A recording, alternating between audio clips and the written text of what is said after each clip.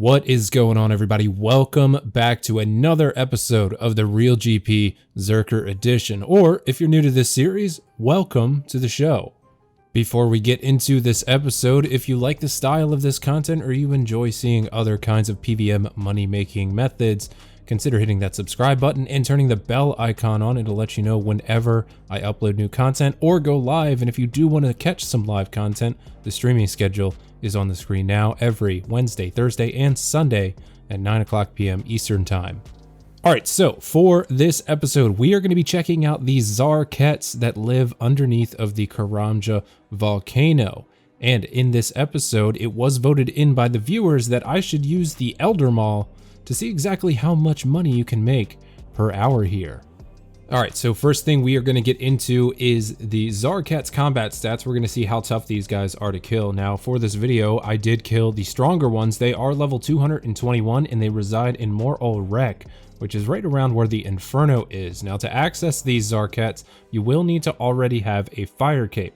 You don't have to sacrifice this one. You just have to show it to the guards at the gate to gain access to OSRS. So as for the TzHaar-Kets, hit points 200. Attack 200, strength 180, and they have a very hefty defense level of 190. As for the magic and range levels, we're not going to worry about those because I'm using the Elder Mall. Defensive stats, they have none. So pretty hefty defense level there. So the kills are going to be a bit slow, and I'm guessing that I'm probably going to see below average of the normal amount of kills I get for an episode like this.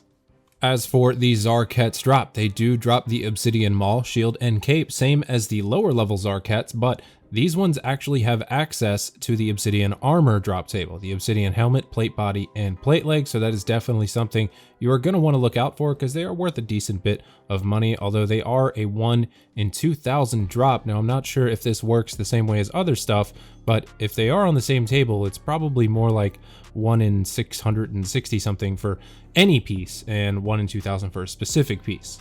As for their other drops, really not that much. They do drop uncut gems, uncommon for the Sapphire, Emerald, and Ruby, rare for the uncut diamond, and they also drop Onyx bolt tips, which do stack, so you can leave those in your inventory. Obviously, they drop Tokul, which is the currency down there in the TzHaar Kingdom, I guess you should call it, and their tertiary drop table, they do drop the Ensouled TzHaar heads. Now, since the TzHaar-Ket are pretty strong, I will be protecting from melee the entire 20 hours that I spend here. As for my specific gear setup, Berserker's Helmet, Fire Cape, Amulet of Fury, Bandos Blessing, but any blessing will work, and the viewer voted in Elder Maul as my weapon of attack, Proselyte Plate Body and Plate Legs, Barrow's Gloves, Rune Boots, and a Berserker's Ring imbued. Over in my inventory, I have 3 Super Combat Potions, and I did go through more of these than usual because since they have that high defense level, I want to put down as much DPS as I can, so every time my strength stat got down to 110, I would repot to keep it up pretty high. I also have 15 Prayer Potions, and that item in the bottom right corner is a gem bag. They do drop gems, like I said earlier, in the drops uncommon, but it's not really a required item. The bank is very close, so if you do happen to fill up on gems while you're here and you want to pick them up, then you don't really need that. I just happen to have one, so why not use it? So with all of that out of the way, we can start getting into the statistics of this video for how much time I spent here. So I was actually a little surprised by this. I did kill 1,391 TzHaars while I was here, and how I kept track of that was I checked my strength experience before I started. They do give 800 strength experience per kill, and then I just figured out the math from there. So 1,391 TzHaars is your number, and that was in total 20 hours, so I ended up averaging 69.55 kills per hour, so just a little bit over 1 kill per minute. So with that amount of total kills and kills per hour, well, how much did I end up making? Honestly, not a lot. I did end up getting an Obsidian Plate Body, which is the best one to get as it's the most expensive, 3 Obsidian Shields, 1 Obsidian Cape, and 2 Obsidian Mauls. I did get a small assortment of gems, 48 Ensouled TzHaar heads, and 50 Onyx bolt tips. Total guide price, 3,326,495, so absolutely not much at all. As for my supply cost, I ended up spending 1.84 million GP in supplies, and that was solely on prayer potions and super combat potions. I never needed food because I'm protecting from melee the entire time. Bank is very close, so I never actually went to my house to recharge my prayer. I just kept using prayer pots as I was there, as it was the most convenient method. As for my net profit, 1.48 million GP in 20 hours. That is it. 1.5 mil, 20 hours at the TzHaar-Ket. As for their profit per hour, 74K. That is it. So, not worth it at all. I mean, the 20 hours I spent here was not worth the time. Honestly, they're a pretty strong NPC, and there's really nothing else like them in the game. It kind of sucks that it's that low. But I suppose it wasn't all bad. I did keep track of the experience rates. As I said earlier, the viewer voted weapon for this episode was the Elder Maul, so that was actually pretty fun to use. As for the total experience, I ended up with 1,112,800 total strength XP throughout the 20 hours, which ended up averaging me 55,640 strength XP per hour.